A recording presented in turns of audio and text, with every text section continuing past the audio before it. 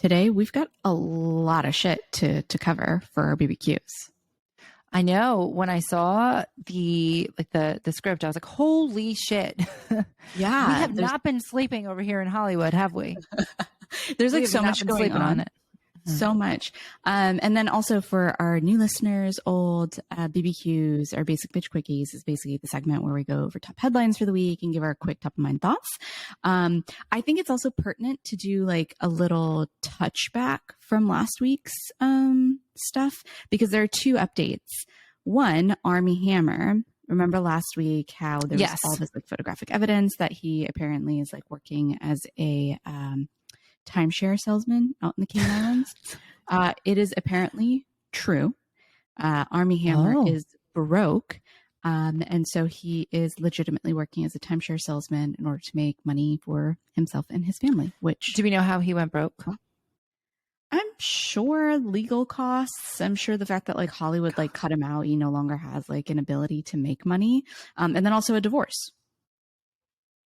Yeah, but Maddie, we're not talking about like, you know, he lost a couple $100,000 or even $1 million. Like this guy's family had a private jet back before like Kim Air and Kylie Air were a thing. So yeah, but like I don't know how accessible his family's money is to him.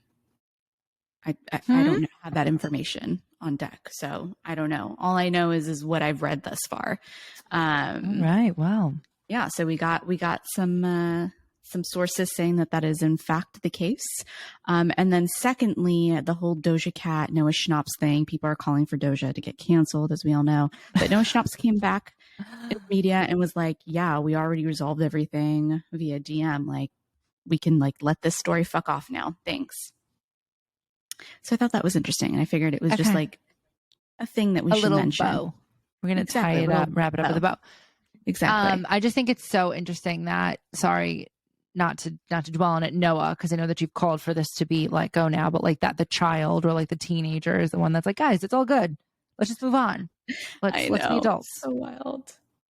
Sometimes I feel like the younger generation, like as much as like we can like hate Gen Z for some of the dumb shit that they do say, how they act, right? I feel so much bringing like back 90s fashion, bringing back low cut jeans. Yeah, we're done. We can hate on you for that. The middle part, facts, no cap, whatever. Oh my God. Like the lingo, I can't. Like I feel like they're also the generation that can be exceptionally wise and humbling and actually cares a lot and deeply. Like I don't think I would have had a good enough head on my shoulders as a 17-year-old to like be that mature and be like, guys, it's over. It's fine. Like, let's move on. I would be petty as all hell because I remember myself as a 17-year-old. I was not wise at all. Oh my God. No, I'm still not wise at 32. But yeah, no, I totally agree. I had this conversation with someone where I was saying, you know, I know the world is kind of crazy, blah, blah, blah, whatever, but I do feel like the younger generations, they're just so much more tolerant. And I think that they're like wise beyond their years. I was watching that Rebel Wilson movie on Netflix senior year. I actually watched it. You watched it, right? I didn't watch the whole thing. I'm not gonna lie, but I watched the like 90s nostalgia part and I was like, oh my God, Mandy Moore, Candy, this is great. And then when like it was like in present day and they were just so mature. I didn't know what to do with this. I was like, what high schooler talks about advocacy and stuff? And they were like, no, like that's like actually what kids are like these days. They're just so much more aware. They're so much more knowledgeable about almost like adult things, for lack of a better word. Like brings up the point though, because I remember watching the movie and I was like, wow, like this generation, yes, there is such a level of I think care, concern, compassion, empathy, et cetera. There's also a part of me too that feels like I think I told you about this experience that I had where I went and I did shrooms in Amsterdam for a retreat after my dad's death. It's healing, guys, alternative medicine. And during the session it was like a full week retreat. And I was talking to one of the healers that was there. And there apparently had been some sort of stabbing on like a local train route. And it was near his neighborhood. And he was like, oh, I had no idea. And I looked over at him. I was like, oh, like apparently it was all over the news this morning. He was like, yeah, I don't really read the news. And I was like, what? He was like, yeah, if you think about it, we as humans like aren't really capable of taking on the world's problems, only that within our local communities. He's like, that's why I don't watch the news, because all you're doing is getting inundated with all the shit all the time across the world. And sometimes I feel like this generation is being inundated with all of the shit all the time across the world. And like, there's a part of me that feels like they probably didn't really get to have a childhood without worry like we did, where ignorance was bliss for us. I'm sure that there was a whole bunch of shit that was happening during the 90s, but like we got to feign ignorance and actually have a childhood. Sorry, was You're that depressing? so right. Yeah, a little bit. Do you think that's why like Gen Zers, in a lot of ways, to your point, like from a compassion perspective, eco-friendly, or not eco-friendly, I was just thinking that a lot of them are, empathy perspective, like are so mature in that regard. But I feel like in a lot of other ways, like maybe aren't, or a little bit more immature from things that like just life experience that we had to have. Yeah. Like I think the tolerance versus intolerance things, because that's also subjective too. Like I think, you know, we talked about this in regards to like how people will share headlines, but without actually reading the articles. And I think because there's such a level of advocacy and a desire to share the importance of, you know, things that are happening in the world with others, that there's a potential of like intolerance without understanding the complete entire story, where they go full on advocacy and full on care without considering like the big picture. So I think that there's like a weird seesaw effect there. It's all about balance, friends. All about balance. It's all about balance. Anyway, speaking of Gen Z, I think we should like get into our BBQs, but I first want to start off with a new TikTok trend. And we all know TikTok is the Gen Z app. I'm a millennial, but it's a Gen Z world in there. There's a new trend going on called Vabbing. Have you heard of this? No. What is that? Context for our listeners and I feel like I don't like it. And for Alina. So vabbing is apparently when you take your internal juices and you literally dab it behind your ears, sort of like natural pheromones. And so this has blown up. Exactly. Your internal juices, AKA you're digging inside of you, getting those, putting it right behind your ears. Like your vagina juice? Yeah. And it's like blowing up on TikTok. And like, there's of course the camp that's like, what the fuck, please don't do that. And a lot of these people are millennials who are saying this. And then there's the other half that's like, oh, it's great. Like easier accessibility to pheromones on your body. Because we're concerned that nobody is attracted sexually to anyone else. I'm very confused by this. Hey, don't shoot the messenger. I'm just letting you know what's going on in these wild streets.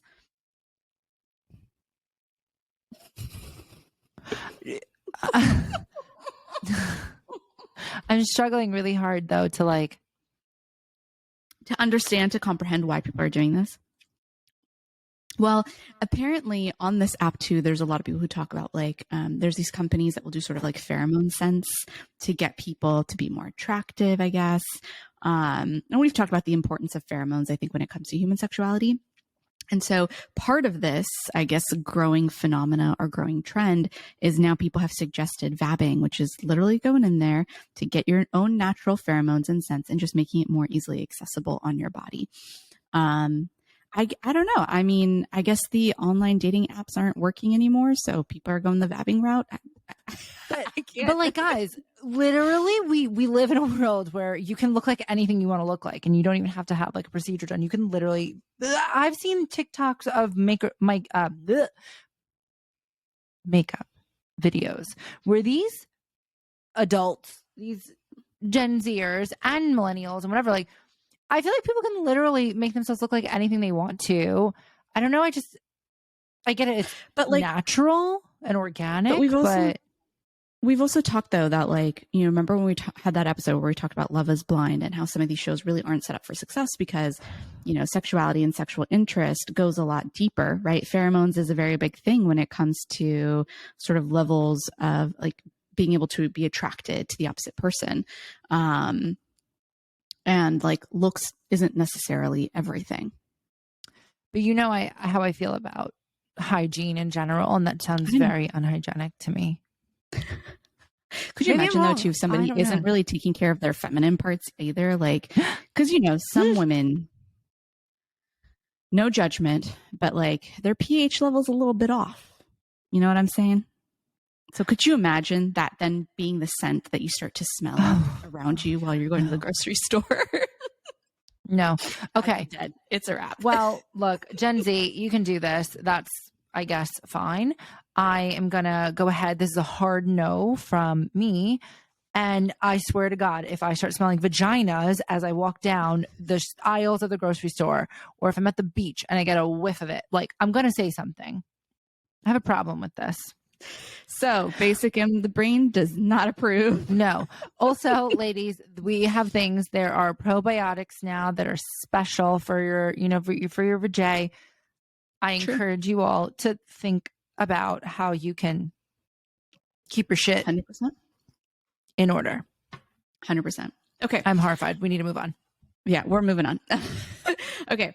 So I guess first technical headline, Constance Wu says she attempted suicide after fresh off the boat backlash. So context for listeners, Constance Wu had a show called Fresh Off the Boat. And I guess it had been renewed for a new season. And she publicly went on Twitter and said, like, oh, this sucks. And she complained about it. There was massive backlash against her, even though she came out and explained why she said that. It was because she had another passion project she was working on. And I guess scheduling conflicts would have caused her to put that passion project on the side or have to drop it. And she was really like upset about that. But everybody like went in on her. And as I guess according as a society does, right? Nobody cares anymore. If something triggers you, it's just immediate. And so I guess a lot of Asian Americans reached out to her and said that she was a stain on the Asian American culture, on Asian Americans in general in the US. And as a result, she decided to withdraw from social media, and she got to such a point where she felt like she was better off dead than alive. And luckily a friend found her in a terrible state, took her to the ER, and she's been recovering since. And now she's made a comeback. Yeah, I'll leave it to get your 2 cents first before I kind of bring my thoughts into it. Okay.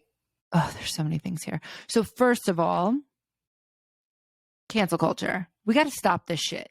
Yeah. Like, I hate it. I think it's ridiculous. It's not fair. I think people need to get lives, stop sticking your fingers in your vagina, and like go out into the world and get some fresh air or something. That's number one. Number two, as an Asian American who, is maybe not the best Asian American culturally in the United States, I think it's just like ridiculous to say you're a stain on Asian American culture. And let me tell you why.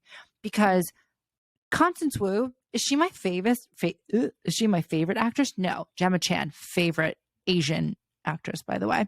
But I still feel like if it weren't for Constance Wu being Rachel in Crazy Rich Asians, like, no offense, Asian Americans are having Asians are having a fucking moment because of that movie. Right? That movie, I feel like, put people on the map. It was so important I love that movie, by the way. It's my plane movie. If I'm on a plane, I'm watching that movie no matter what. I love it.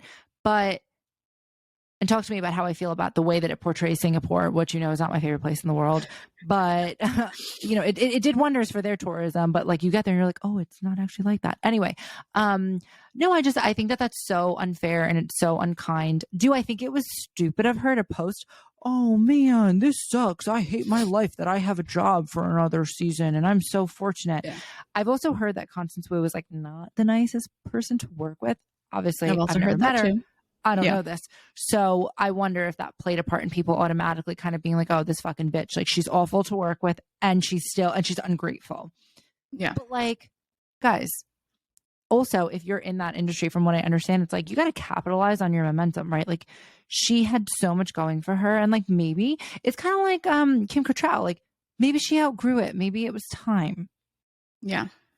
But sorry, wait, let me just finish my thought. Sorry. I just do think that maybe the way that she went about that was not a way that, like, of course people were going to not receive that well.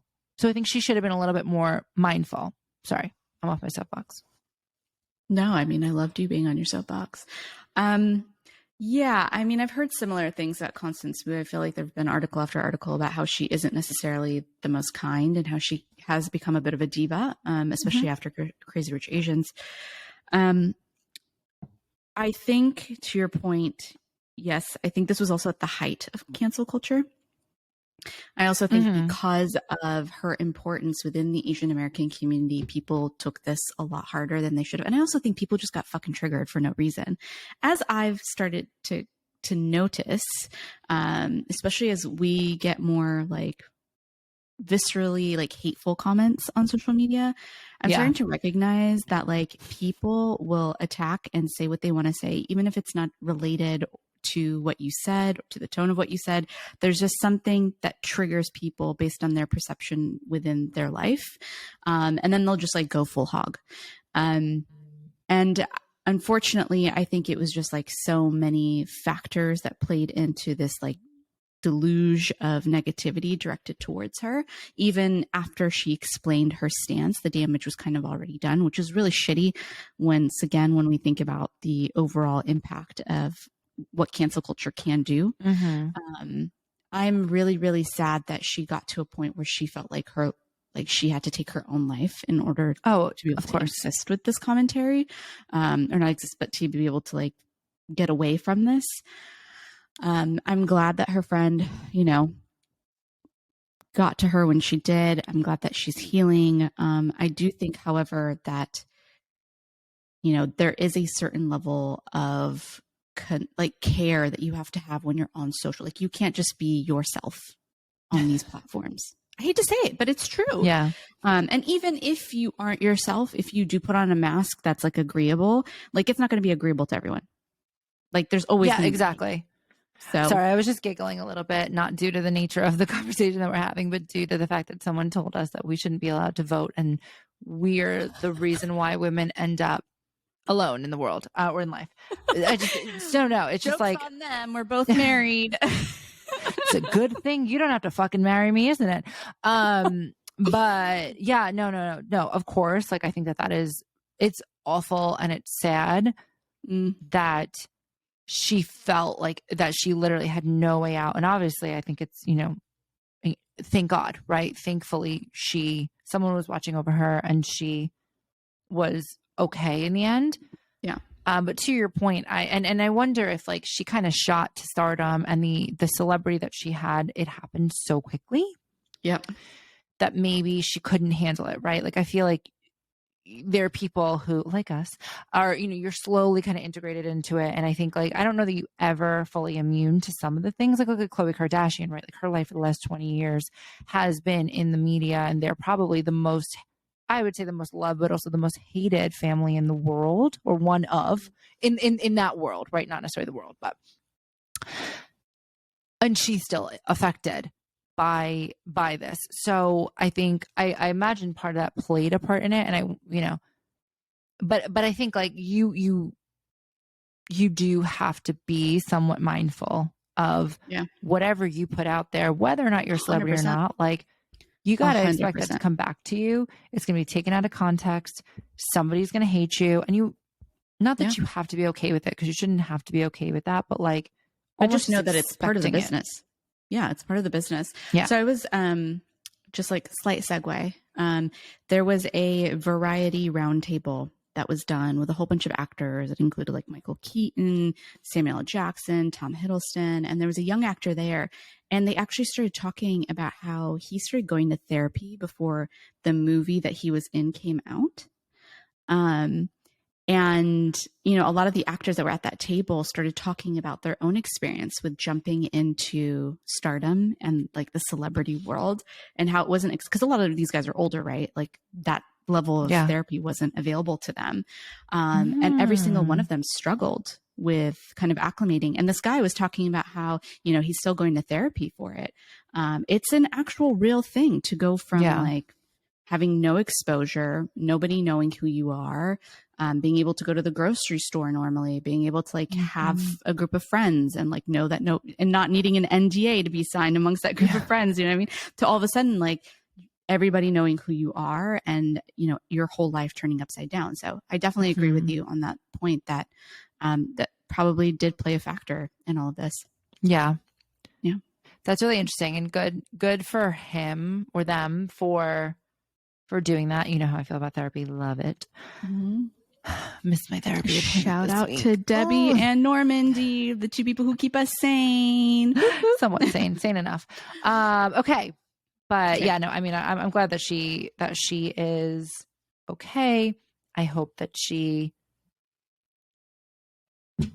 yeah, it's just a little, just like more mindful, not because I think she should be, but just for her own sake, for her own sanity. Yeah, no, I agree. Yeah. Okay, well, go on to the next one. We really gotta speed things up. I know. So Love is Blind cast member sues show claiming contestants were denied food and water. So context for listeners, Love is Blind Netflix show. Apparently this was a contestant from season 2 who is now filing a class action lawsuit saying that the contestants were left with no food. Apparently their hotel rooms were locked and they were not given a key. Apparently the hotel staff was told not to deliver any food to them. And then they were just like plied with a whole bunch of alcohol, which, as we all know, I'm pretty sure is part of producer manipulation to get more explosive moments. But yeah, I thought this was insane, and Netflix is going to have some issues because I think they're currently filming season 3 right now. Tell us why you think it was insane before I jump into my thoughts. Like to deny people food. I also just like think about like me when I'm hungry. If someone denies me food, like I'm going to be a raving fucking bitch and I will cut you. But also, here's the other interesting thing. They told, apparently production said that if anybody were to like exit their room or to try to get food or whatever it was, they would be liable for $50,000. Oh, and also they were only getting paid $1,000 a week. Okay. Which I actually thought was like pretty good money for just like, sitting there and dating people. But apparently it's one of the arguments that they're making in the thing of like, we weren't paid enough. We were starved. We weren't given water. We were like intentionally kept hangry and intentionally kept drunk in order to have more explosive moments. Mm-hmm. It's like, okay, you can like give people alcohol. Like that's not a problem. Like I understand the reason to want to create like more memorable moments in the show, but like to not feed people and to like lock them in their hotel room and they didn't have access to keys. Nope. That's like cult shit to me. Red flag. Okay. So not feeding people. I'd actually be curious to see if anybody else gets in on this class action lawsuit, right? Yeah. That's what I am curious because I find it a little bit hard to believe that a company as, well-oiled as Netflix, and I don't know who the production company is or anything like that, but like, I'm inclined to think that they're not going to starve people. Maybe I'm wrong. In regards to not having access to your hotel room or your keys, of course you can't leave. That's the whole point of the show, is to not see anybody, and they can't risk that happening, right? If everyone's just walking around the neighbor or the hallways willy-nilly, right? But like, I get it. And not sorry. Like the Bachelor and Bachelorette, when they have them all like in hotel rooms, I don't think that they're taking their keys away from them. Yeah, because there's no anonymity in the show. That's not the point of the show. They all know each other. Yeah, but like seeing each other in a hotel, like I don't know. I think that this took it to an extreme. But Maddie, that's literally the point of the show. If the show was, hey, see each other's faces or meet them, but not know who you're talking to when you're talking behind a wall, fine. But it's like The Circle. Like you don't leave your room, and I would imagine that like also you went into Love Is Blind season 2 knowing exactly what the show was. Yeah, I'm not saying that it's right. I need to be very clear about that. But what I'm saying is, I would be okay with it if they were feeding me. But like if they weren't and I didn't have the freedom to like call up food when I wanted it, or I didn't have the freedom to like get water when I wanted, I would be very angry. And I think that's when it gets dangerous. Of course. Yeah. Of course. And I'm like I said, I'm curious to know if they were really not feeding them because I read an article, I don't know when it was, a long time ago, about The Circle, where they were like, yeah, literally anything you wanted, the producers would produce for you. Food, drink, water, whatever it was, games, fine. So we'll see about that. I also noted that when the person that is filing this suit, he was cut from the season. because he didn't get engaged. So that's also very you true. tell me, right? So I don't know. I mean, that's a great question. I think we'll see how this all plays out. I just thought it was interesting because this is the first time that we're actually seeing allegedly producer manipulation gone wrong. Mm-hmm. So we'll see how it plays out. We'll see how it plays out. Okay, fine. Moving on. Yeah. Okay. So moving on to our next topic. We talked about this last week as well, but big update. The judge rejects Amber Heard's request to set aside Depp win. So for context for our listeners, the judge essentially said that Amber Heard wanting to claim a mistrial just isn't allowed and was thrown out because of the fact that these jurors all went through a selection process. They all got interviewed. They were clearly unbiased. And this is kind of what I claimed last week. I was like, I don't think it will matter. And lo and behold, according to the judge, it doesn't matter. She still had a fair trial. Yes. And just another bit of information to share with that, or on top of that, is that apparently the 57-year-old that did serve, he has the same name and lives at the same house as his father, who was the 72-year-old juror that was summoned. So I'm still unclear, and I feel like, who knows, but the bit that you had to input your birthday in the Virginia court system, like tool or whatever. Yeah. Is that true? Is that not true? Because I do think, like, whether or not it was like, oh, I hope I get to serve on the Johnny Depp case, that I don't necessarily know if that's the case, but like maybe someone was like, oh, that's my name, let me just go and serve in my father's place or something like that. Yeah. But to your point, I think everyone still had to be vetted. I've been called for jury duty. I tried really hard to get out of it. They still picked me. But the fact is, like, you don't just like show up and they're like, cool, you're on the Johnny Depp case, right? Like, they interview you, they ask you questions. Have you had experiences with a celebrity before? Have they been negative? What are your thoughts on domestic violence? Have you, so I agree. I think that it's sketch for sure, but I also feel like the judge, I would have to imagine, was like, we're probably not going to get a different verdict based on that. If it was like, oh, exactly, that person has a Johnny Depp fan club that they run, maybe a different situation. But I also feel like too much of everything was already out there, right? The evidence is already out there. The defense 100%. Is already out there. Like, what's the fucking point? So exactly. 100%. Again, I'm not a lawyer, but that sounds like that was a good call. Yeah, I mean, I called this last week. I was like, I'm pretty sure the judge is going to say that, like, this isn't valid for a mistrial, just because, like I said, the jurors had been vetted ahead of this. And therefore, whatever biases that this person may have had should have been vetted out if that were the case, and they weren't. And so I like that she's trying to get creative, though. I know. I'll give Amber A for that. effort, Amber. A for effort, Amber. A for effort. Effort. Okay. So now on to our next headline. Tom Brady says that his wealth is the hardest thing about parenting.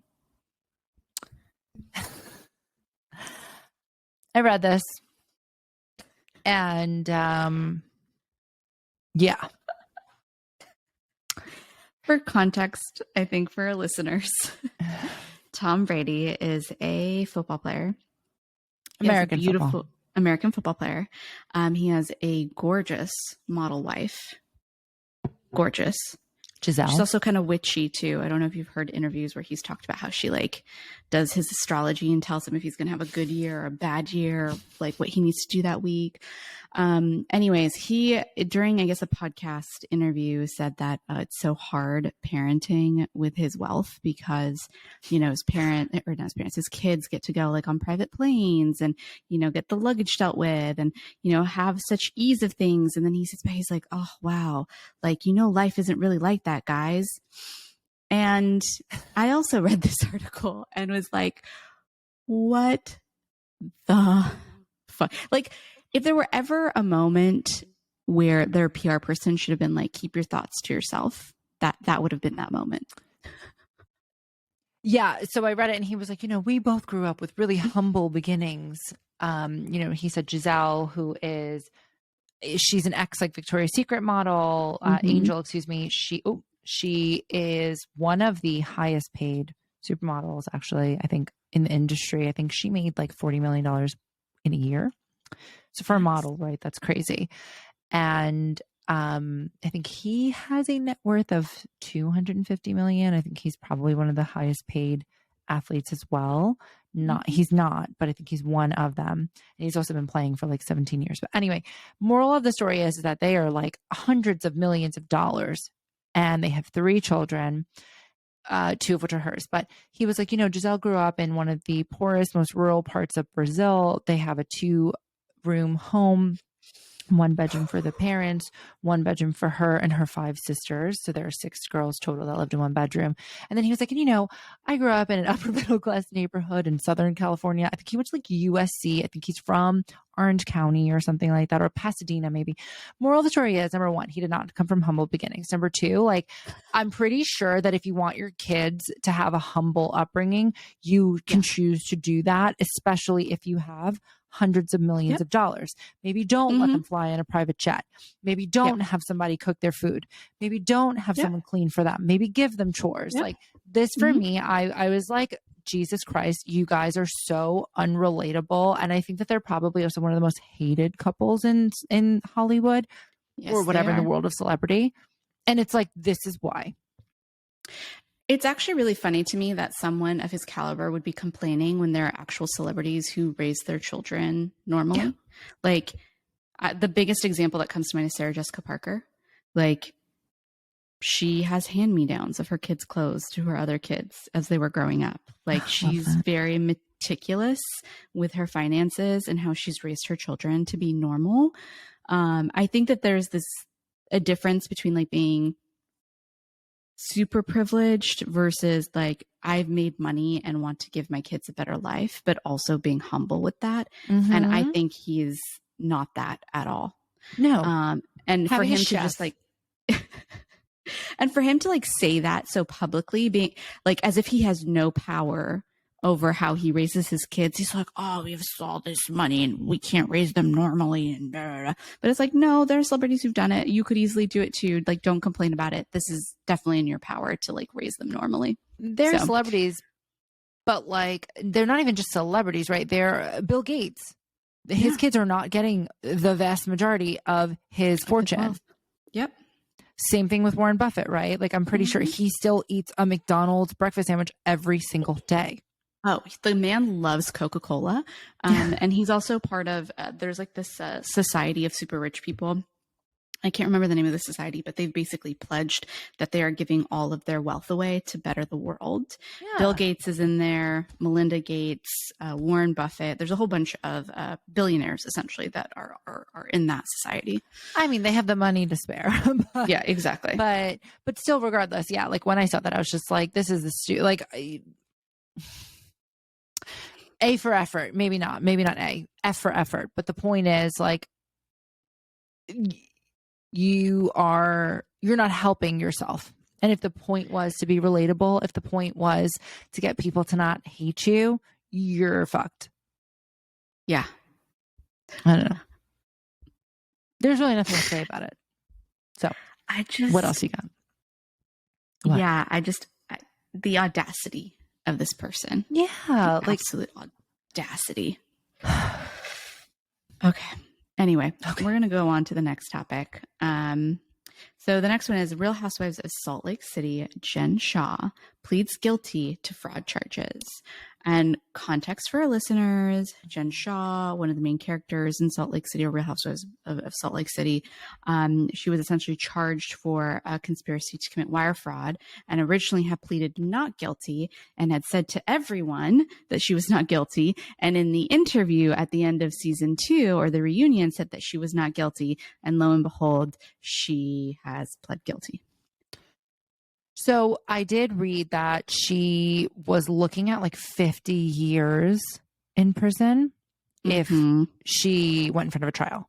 Whereas if she pled guilty prior to that, during the arraignment, whatever it is, like basically she took a deal, right? If you took a deal, she was looking at 13 years or something like that. Can we also talk about how these like Real Housewives are like, there's always some kind of criminal activity going on in each one of the seasons. or each one of the branches. Like, it cracks me Is it up. just the Housewives, or is that just like that demographic of person in general? I don't know. You mean the rich? But the white collar one crimes? day will be. Yes, exactly. No, I they probably also look for that too. But yeah, the fact that she thought she could lie about it. I don't know. Maybe we all know I'm the prude, right? But in general, I feel like I recognize that you really can't get away with much these days. So I'm also just a rule follower, and we know this in general. Like, yep. Like I was panicking today because I have dinner reservations, and I was like, oh my God, I only have dinner reservations for 4. We're going to show up with 5. I have to call and I have to change it. And then but I know like 9 out of 10 people will be like, no, just show up with 5 and then they'll figure it out. And I was like, no. Like if they can't accommodate 5, we can't have 5. I'm going to have to like pivot. Right.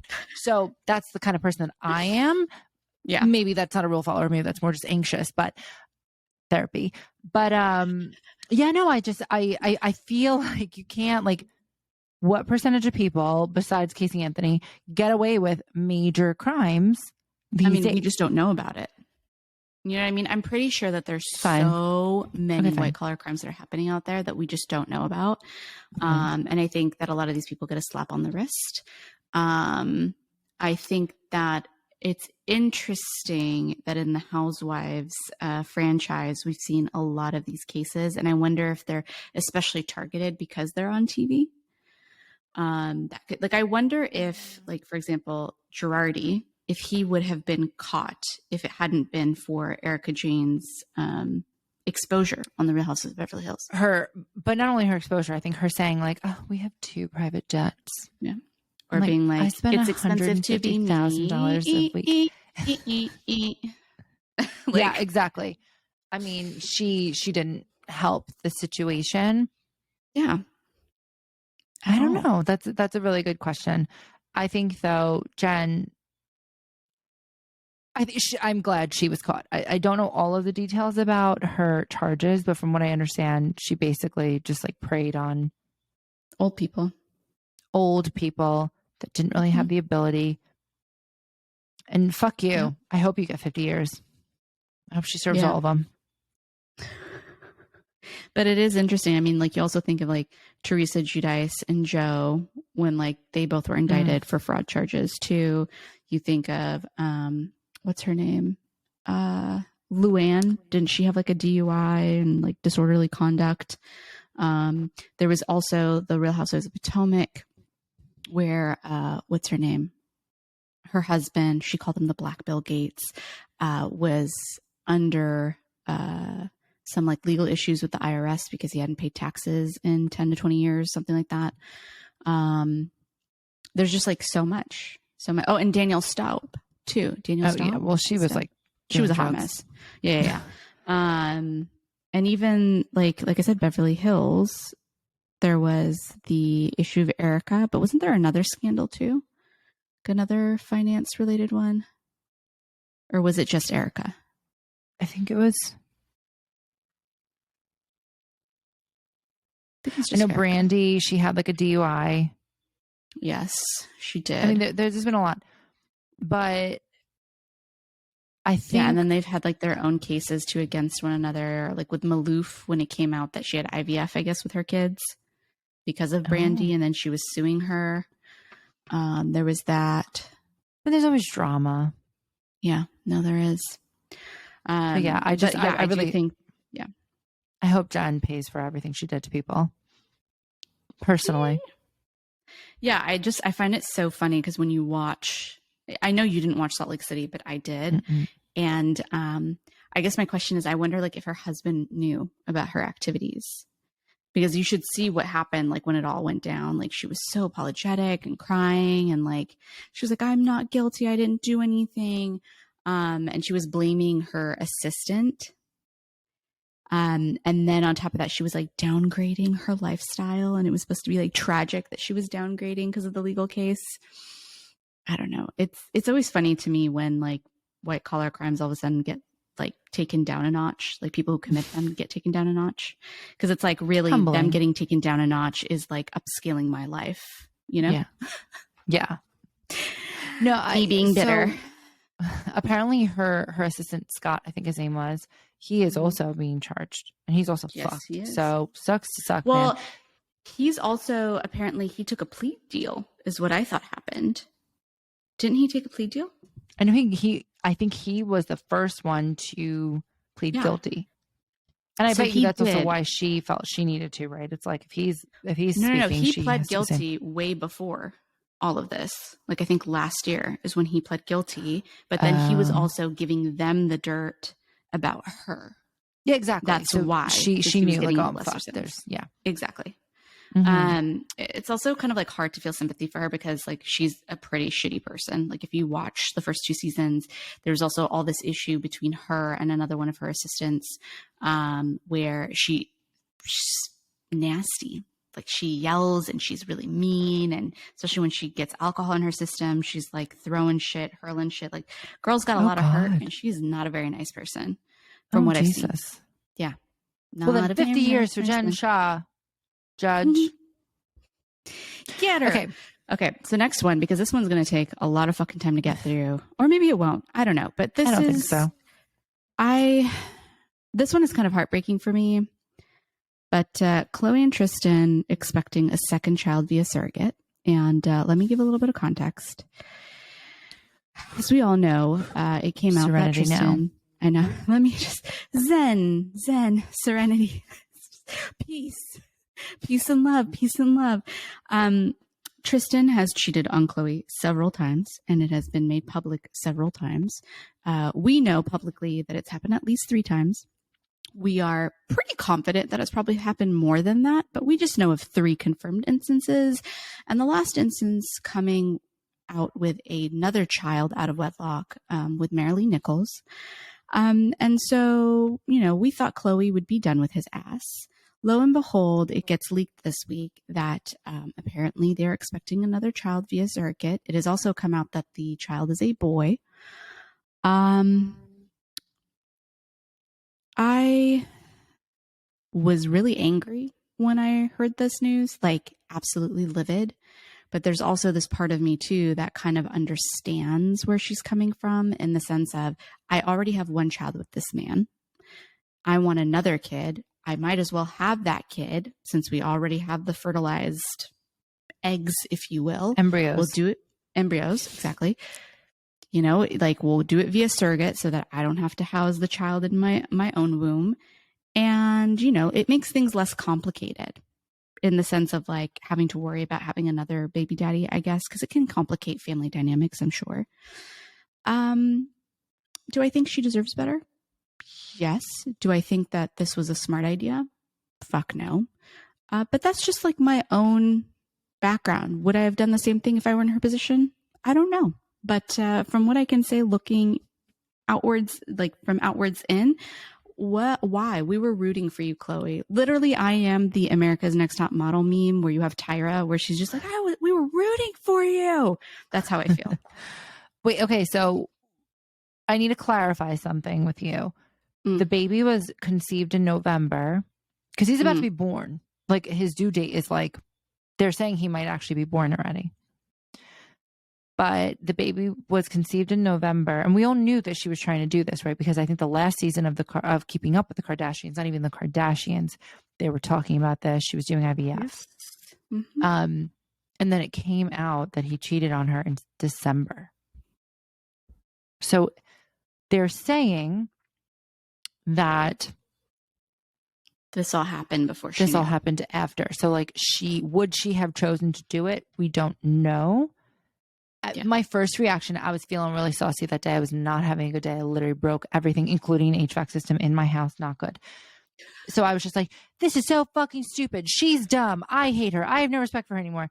But like, now that it came out that the baby was apparently conceived before her knowledge of this, I always thought like it's a dangerous situation to get yourself into. Like, but I understand, right? To your point. I understand, but also there's a part of me, it's like, this dude has cheated on you twice already so publicly.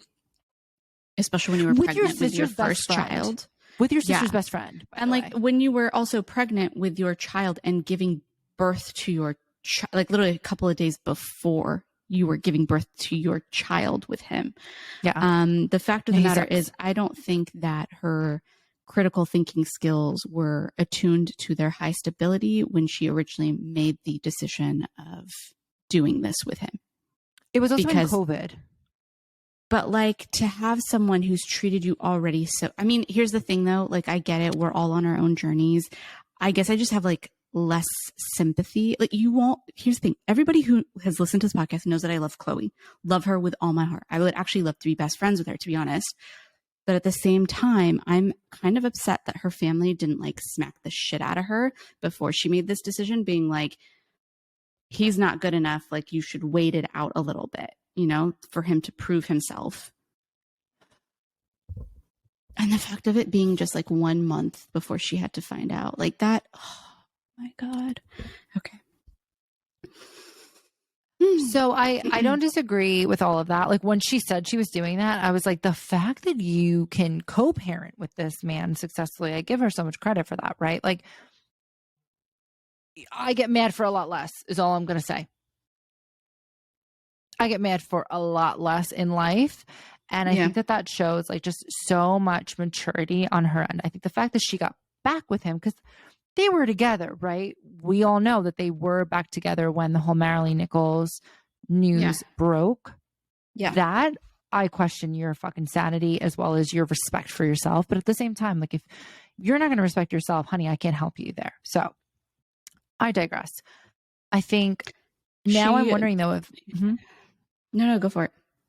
I was going to say, like, I don't know. I think everybody's noticed she is like a skeleton lately. And I'm wondering if she's been like anxious, nervous, stressed that this is going to, first of all, it's not just diet. It's not just starving herself. It's not just working out.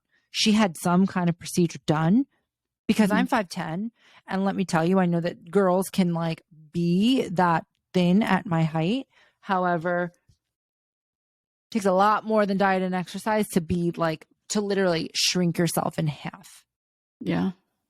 But I wonder if like it also was like stress. It was also all of the above of all of this that's going on. I also, that article said that since Chloe found out about the other baby with Marilyn Nichols, they have not communicated outside of co-parenting duties. If I were her, like she doesn't have fucking money, literally, fuck off. I'm taking these babies. I'm raising them myself. Also, like, have we talked about? No. Have we talked about what? Have we talked about like the ramifications of like bringing another child into the world? Obviously, if it was conceived before, that's a different story. But like, just like these kids and what they're going to have to go through knowing like what a piece of shit their dad is. Did she think about that? He has 3 different baby mamas that we know of right now.